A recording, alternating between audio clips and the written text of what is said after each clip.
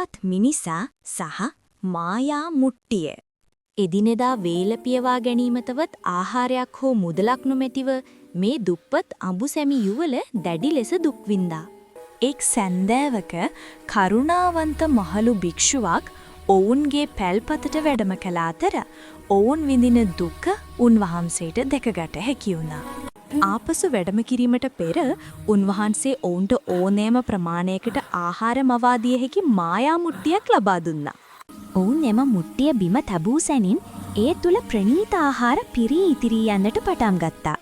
ඔවුන්ගේ මෙම හදිසි වාසනාව දෙස අසල්වැසි කපටි මිනිසෙකු ඊර්ෂ්‍යාවෙන් බලා සිටියා.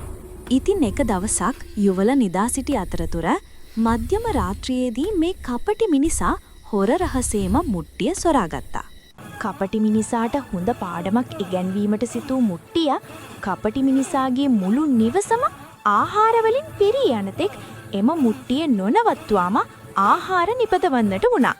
බියටත් ලැජ්ජාවටත් පත් වූ එම කපටි මිනිසා නැවත මුට්ටිය රැගෙන විත් ඔවුන්ගෙන් සමාවායද සිටියා. අවසානයේදී මේ යුවල ගමේ අනෙක් අය සමග තම ආහාර බෙදා ගනිමින් ඉතා සාමකාමීව ජීවත් වුණා. ඉතින් යාළුවනේ, ඔයාලත් ඔයාලට දෙයක් ලැබුණම අනික් අයත් එක්කත් බෙදා ගන්න අමතක කරන්න එපා.